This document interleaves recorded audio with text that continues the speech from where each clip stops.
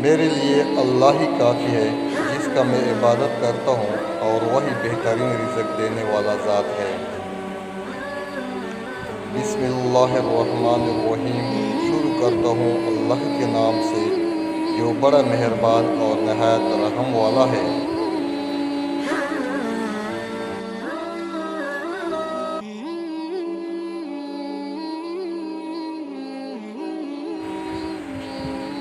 ایمان کے بعد سب سے بڑی دولت صالح عورت ہے۔ دنیا میں اتفاق سب سے مضبوط چیز ہے۔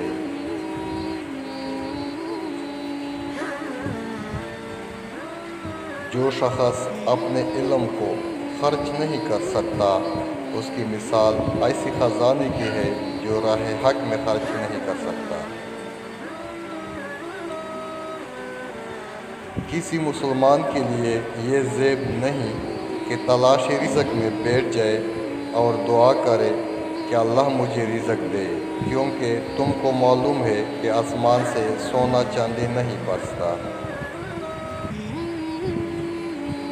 ہر شے کا ایک حسن ہوتا ہے، اور نیکی کا حسن یہ ہے کہ نیکی فوراً کی جائے۔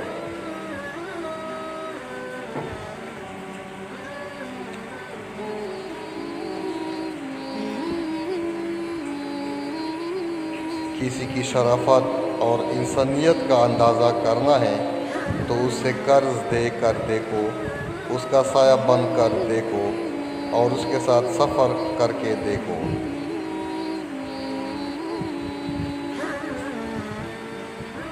احمق کی دوستی سے گریز ضروری ہے، کیونکہ وہ بھلائی بھی کرنا چاہتا ہے تو اس سے برائی ہوتی ہے۔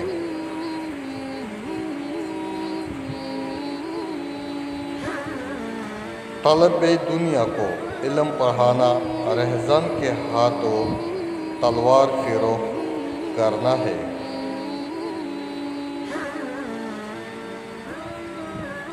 آدمی کی نماز روزے کو نہیں، بلکہ اس کی دنائی اور راست بازی کو دیکھنا چاہیے۔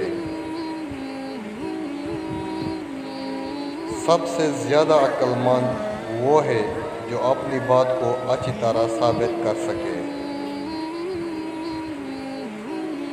ہنسنے سے عمر کم ہو جاتی ہے اور رعب و دبدبہ جاتا رہتا ہے، گویا یہ موت سے غفلت کی نشانی ہے۔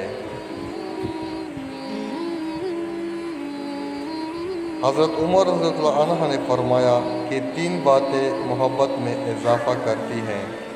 نمبر 1 سلام میں پہل کرنا، نمبر 2 محفل میں کسی کے لیے جگہ بنانا، نمبر 3 مخاطب کو اچھے نام سے پکارنا۔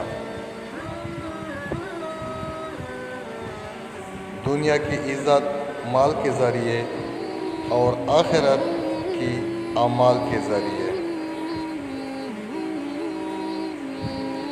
کم کھانا صحت، کم بولنا حکمت، اور کم سونا عبادت میں شامل ہے۔